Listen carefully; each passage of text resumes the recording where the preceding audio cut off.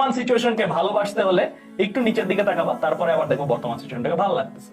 তুমি খারাপ আছো, তুমি তোমার থেকেও খারাপ পৃথিবীতে কাউকে না কাউকে পাবা, এন্ড তার লাইফটা তুমি যদি পড়ো, তোমার লাইফটা তোমাকে তোমার আগের চেয়ে অনেক ভালো লাগবে।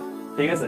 সো এর জন্য ডিপ্রেসড হওয়া যাবে না। আর তোমাদের লেভেলের স্টুডেন্ট যারা আছে, বিশেষ করে এইচএসসি 23 ব্যাচ যারা, তাদের কিন্তু এখন একটা কি মানে মানসিক একটা খুব বড় ট্রানজিশন হবে। আগে তুমি ছিলা ছোট, এখন তুমি কিন্তু বড় হও নাই বা বড় হচ্ছ, মানে একটা মিডল পয়েন্টে আসো। ছোট আর বড়র মাঝখানের যে পয়েন্ট, স্টেজটা খুবই ক্রুশাল। এই স্টেজটার মধ্যে নিজের দায়িত্ব নিজের নিয়ে নেওয়াটা শিখতে হয়। এখন আগে তোমার একটা ফিক্সড বই ছিল যে পদার্থবিজ্ঞান এই কয়টা বই, এই একটা বই, কেমিস্ট্রি একটা বই। এখন কিন্তু তোমার ফিক্সড বইও নাই। মানে দায়িত্বর সাথে সাথে মানুষ কিন্তু নিজে একা নিজের দায়িত্ব নিতে জন্ম নেয় না, মানুষ কিন্তু অনেকজনের দায়িত্ব নিতে জন্ম নেয়।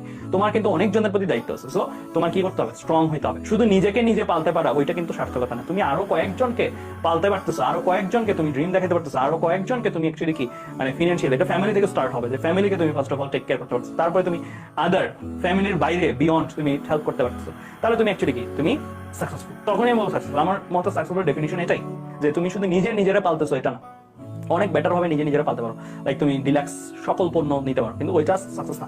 সাকসেস হচ্ছে তোমার তুমি অনেকজনকে টেক কেয়ার করতে পারতেছো, অনেকজনকে তোমার উসিলায়। আমরা জানি সবাই যে সৃষ্টিকর্তা আমাদেরকে অ্যাকচুয়ালি কি লালন পালনের দায়িত্ব, মানে লালন পালন কর্তা, কিন্তু একজনের উসিলায় করে। তো তুমি ওই উসিলাটা হও।